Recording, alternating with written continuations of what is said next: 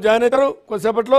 Right, debate start చేద్దాం. శ్యామల కిరణ్ రెడ్డి గారు, అంటే మీరు టార్గెట్గా మీరు హైడ్రా పేరుతో కూల్చివేతలు చేస్తున్నారు. అయినా పర్వాలేదు, అది అక్రమం అయితే నేనే స్వయంగా వచ్చి దగ్గరుండి కూలగొడతాం. అక్కడి నుంచి అక్కడే ఇతర కాంగ్రెస్ నాయకుల ఫామ్ హౌస్లో ఉన్నాయి, అక్కడ కూడా పోదాం. మీకేమైనా అభ్యంతరం? మాకేం అభ్యంతరం లేదు. నేను ఎప్పుడు కూడా కన్స్ట్రక్టివ్ అపోజిషన్ ఉండాలనే కోరుకుంటున్నా. కేటీఆర్ గారిని డే 1 నుంచి కేటీఆర్ గారినైనా హరీష్ రావు గారినైనా బీజేపీ నాయకులనైనా తెలంగాణలో గత 10 ఏళ్ళుగా ప్రాపర్ అపోజిషన్ లేకనే తెలంగాణ ఆగమైపోయింది. ఇవాళ ఒక మంచి కన్స్ట్రక్టివ్ అపోజిషన్ అంటే తప్పుడు ప్రచారం చేయకుండా వాస్తవాలు మాట్లాడుకుంటా ప్రతిదాన్ని. ఇప్పుడు ఆయన ఏమంటుండు, ఒకవేళ అది నిజంగానే ఇల్లీగల్ కన్స్ట్రక్షన్ అయితే దాన్ని డిమాలిష్ చేస్తే నేను సహకరిస్తా అన్నాడు. ఫస్ట్ ఆఫ్ ఆల్ ఆయన ఒక మున్సిపల్ మినిస్టర్ గుండి లీజుకి ఎట్లా తీసుకుంటారండి? నేను అక్కడి నుంచి స్టార్ట్ చేస్తాను. ఫస్ట్ లీజుకు తీసుకున్నా అని ఒప్పుకున్నాడు. ఒక బాధ్యత గల వ్యక్తి ఏదైనా ప్రాపర్టీని లీజుకు తీసుకోవాలన్నప్పుడు దాని గురించి వాస్తవాలు తెలుసుకొని లీజుకు తీసుకోవాలి కదా. లీజుకు తీసుకునేటప్పుడు నా మిత్రుని దగ్గరనే తీసుకున్నా అన్నాడు. పోనీ లీజుకి ఎవరో కంపెనీ దగ్గరనో ఇంకేదో తెలియని పర్సన్ దగ్గర కూడా తీసుకున్నది కాదు. అంటే ఆయన సొంత పర్సను. మీరు ఆయన మరి నాకు డౌట్స్ వస్తున్నాయి, మరి బినామే కావచ్చు, మరి ఆ ఎవరో పేరు పెట్టి ఈయననే ఆయన దగ్గర లీజ్ తీసుకున్నట్టు అదే ఇంట్లో ఉంటున్నట్టు ఏదో క్రియేట్ చేసినట్టు అనిపిస్తుంది. మరి ఈరోజు సరే, మరి ఇంత క్లారిటీతో ఉన్న వ్యక్తి దాని మీద స్టే ఎందుకు ప్రయత్నం చేసిరండి హైకోర్టులో?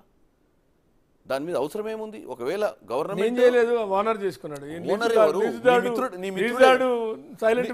నీ మిత్రుడే కదా ఓనర్ అయినా. నువ్వు ఓనర్ ఉండి నువ్వు అక్కడ లీజ్లో ఉండి నువ్వు ఇంతకుముందు అన్నీ తెలుసుకొని దాని వ్యవస్థలన్నీ తెలిసి దాని చుట్టుపక్కల ఉన్న ప్రాపర్టీలో నీ కుటుంబ సభ్యుల పేర్లు ఉన్నాయి. ఆ 25 ఎకరాలు ఏదైతే నాలాను మీరు పూడ్చిర్రో, ఆ పర్టికులర్ చెరువుకు సంబంధించిన నాలాను, ఆ నాలాలో ఫిరంగి నాలా ఏదో ఉన్నట్టుంది. అది ఆ నాలా మీదకి వెళ్ళి మీరు ఇది కట్టినందుకే కదా ఆ రోజు రేవంత్ రెడ్డి గారు వెళ్ళి అక్కడ నాలా ఉందని చూపించే ప్రయత్నము, ఇక్కడ ఫామ్ హౌస్ని కట్టిరు ఇల్లీగల్గానే ప్రయత్నం చేసినప్పుడే కదా మీరు ఆ రోజు మీకు అధికారం ఉందనే కదా చూపించినప్పుడు అది తప్పని తెలిసి కూడా మీరు రేవంత్ రెడ్డి గారు ఒక తప్పిదాన్ని, ఒక ప్రతిపక్ష నాయకుడు తప్పును చూపించిండన్న ఆలోచన లేకుండా మీరు తీసుకుపోయి ఆయన 15 రోజులు ఎక్కడ చెర్లపల్లి జైల్లో మన టెర్రరిస్టులు ఉండే విధంగా అటువంటి సెల్ల పెట్టిరు కదా ఆయన 15 రోజులు. మీరు మరి ఆ రోజు మీకు గుర్తుకు రాలేదు అది ఇల్లీగలనో, లేకపోతే ఆ రోజు మేము తప్పు చేస్తున్నామనో, మేము అక్కడ మేము ఉంటున్నాం. కానీ ఎవరన్నా ప్రతిపక్ష నాయకుడు దాన్ని చూపించినప్పుడు ప్రజలకు సమాధానం చెప్పాల్సిన అవసరం ఆ రోజు మీకు అనిపించలేదు. ఎందుకంటే ఎప్పుడు మీరు రాజకీయంలో మీరే ఉంటారన్న ఆలోచనతో ముందుకు పోయారు మీరు. ఈరోజు కూడా నేను ఒకటే చెప్తున్నా, మీరు ప్రతిసారి సోషల్ మీడియా వేదికగా ఫోటోలు పెట్టి ఈ పెట్టి అవి పెట్టి కాదు. రేపు డెఫినెట్గా నేను ఒకటే చెప్తున్నా, అది ఎవ్వరు చట్టం ఎవరికి చుట్టం కాదు. ఇవాళ హైడ్రా అనేది 10 ఏళ్ల తెలంగాణ ప్రభుత్వంలో మొట్టమొదటిసారి ముఖ్యమంత్రి రేవంత్ రెడ్డి గారు ఇటువంటి సిస్టమ్ని తీసుకొచ్చి ఇల్లీగల్ బఫర్ జోన్లో కానీ ఎఫ్టీఎల్లో కానీ ఎక్కడన్నా ప్రాపర్టీస్ ఉంటే భయభ్రాంతులకు గురై రేపు పొద్దున ఎవడన్నా కొనాలన్నా భయపడతాడు, ఎవడన్నా కట్టాలన్నా భయపడతాడు, ఎవడన్నా ఎంటర్ కావాలన్నా భయపడతాడు. అటువంటి పరిస్థితిని క్రియేట్ చేశారు. మరి మీరు ఆ రోజు నువ్వు ఒక యంగ్ డైనమిక్ లీడర్ అని చెప్పుకొని తిరుగుతావు. నేను ప్రపంచానికే తెలంగాణకు నేను ఒక దిక్చూచిని, ప్రపంచంలో తెలంగాణకు నేను ఒక రిప్రజెంటేటివ్ని అని చెప్పే వ్యక్తివి. నువ్వు మున్సిపల్ మంత్రి ఉండి నీకేం బాధ్యత ఉంది? 10 ఏళ్ళు నువ్వు ఇల్లీగల్ కన్స్ట్రక్షన్ని డెవలప్ చేసి 10 రోజులలో హైడ్రా వచ్చి మొత్తం గులగొట్టి మొత్తం రాష్ట్రాన్ని క్లియర్ చేయాలని మీరు అంటారు. అన్నీ నెల రోజులలోనే కంప్లీట్ చేయాలి, 10 రోజులలోనే కంప్లీట్ చేయాలి. మీరు 10 ఏళ్ళు పెట్టిన పెండింగ్ పనులు, 10 ఏళ్ళు మీరు చేసిన దౌర్భాగ్య పాలనను మేము 10 రోజులలో క్లీన్ చేయాలనా? మీరు సహకరించకుండా మీరు సోషల్ మీడియా వేదికగా, నేను ఇవాళ చెప్తున్నా, మీరు సోషల్ మీడియా వేదికగా రోజు తప్పుడు ప్రచారమే. రోజు ఏదో విధంగా నీకు ఉన్నటువంటి బంట్లు ఎవరైతుర్రో కిరాయి బంట్లు వాళ్ళతో రోజు సోషల్ మీడియాలో పెట్టిస్తావు. నాలాంటో నేను ఇవాళ చెప్తున్నా మీ వేదిక మీద, ఇవాళ ప్రెస్ మీట్లో కూడా చెప్పిన, నా మీద పెడతారు ప్రెస్ మీట్ రోజు ట్వీట్లు. నేను దానికి రిప్లై ఇద్దామంటే ఛాన్స్ లేదు, సూర్నిక కూడా ఛాన్స్ లేదు. అన్ని బ్లాక్ చేశారు, కేటీఆర్ గారు బ్లాక్ చేశారు, వాళ్ళ ఉన్నటువంటి చేలేగాలను అందరూ బ్లాక్ చేశారు. ఎందుకు బ్లాక్ చేశారండి? ప్రజాస్వామ్య వేదికగా ఒక నాయకునిగా నువ్వు బ్లాక్ ఎందుకు చేస్తున్నావు? చర్చలో పాల్గొని, మంచి చెడు 2 ఉంటాయి. నన్ను ఒకటి తిడతాడు, నేను ఇప్పుడు మీ వేదికలో తప్పు మాట్లాడితే ఇమీడియట్గా కూడా పెడతాడు, కిరణ్ కుమార్ రెడ్డి తప్పు మాట్లాడుతున్నాడు. దానికి చర్చ జరగాలి కదా. సో నేను ఒక్కటే చెప్తున్నా అండి, హైడ్రా అనేది ఈరోజు నిష్పక్షపాతంగా పనిచేస్తుంది. నోటీసులు ఇవ్వట్లేదు అని అన్నారు, దాంట్లో కూడా పొలిటికల్ గా చేస్తున్నారు అనేటువంటిది. నేను ఒక్కటే చెప్తా అండి మీకు శ్రీనివాస్ గారు, సింపుల్ లైన్, నోట్ తోటి మాట అనగానే సరిపోతా.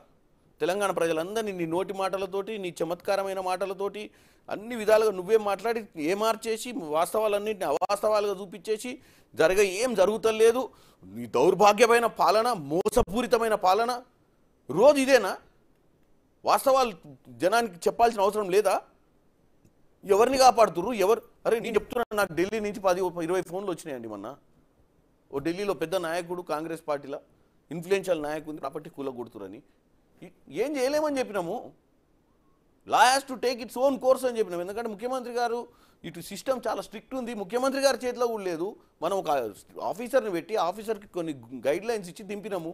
మనమే ఆఫీసర్ని పోయి అది మనోళ్ళది ఆపండి, ఇది మనోళ్ళది ఆపండి చెప్పినాక టోటల్ నిర్వీర్యం అయిపోతుంది సిస్టమ్. నేచురల్. ఎందుకంటే అరే మీరు చెప్పారు కదా, నాకు కూడా సుట్టముండి సార్ అంటారు రేపు ఆఫీసరు.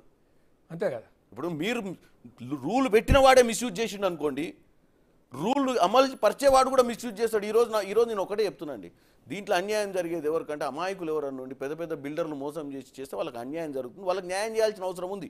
దాంట్లో ప్రతిపక్షం అడగాల్సినవి కొన్ని ఉంటాయి అంశాలు. ప్రతిపక్షం కన్స్ట్రక్టివ్గా ఉండాలి.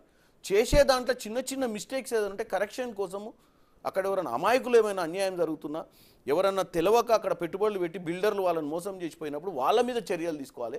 పర్మిషన్లు ఇచ్చిన ఆఫీసర్ల మీద కూడా చర్యలు తీసుకోవాలని నేనే అంటున్నాను. రూలింగ్లో ఉండి కూలగొట్టడం ఒక్కటే పరిష్కారం కాదు.